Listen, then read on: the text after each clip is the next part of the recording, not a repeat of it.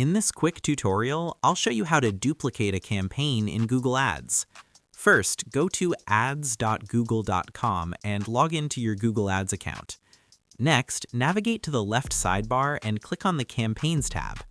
Then, from the Campaign settings, click and expand the Campaigns option, and click on the Campaigns from the Campaigns dropdown. Here, you'll find all your campaigns. Now, hover over the one you want to duplicate. Then, check the box that appears on the left of your campaign. You'll see a blue tab appear above your campaign. Click on the Edit dropdown. Then, from the list of options you see, click on Copy to copy the entire campaign. Now, uncheck the box and make sure nothing is selected.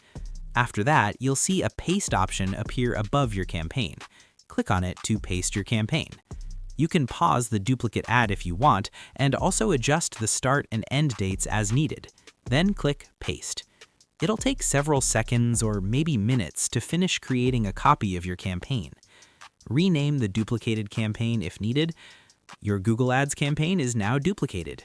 And that's how you duplicate a campaign in Google Ads. Thanks for watching.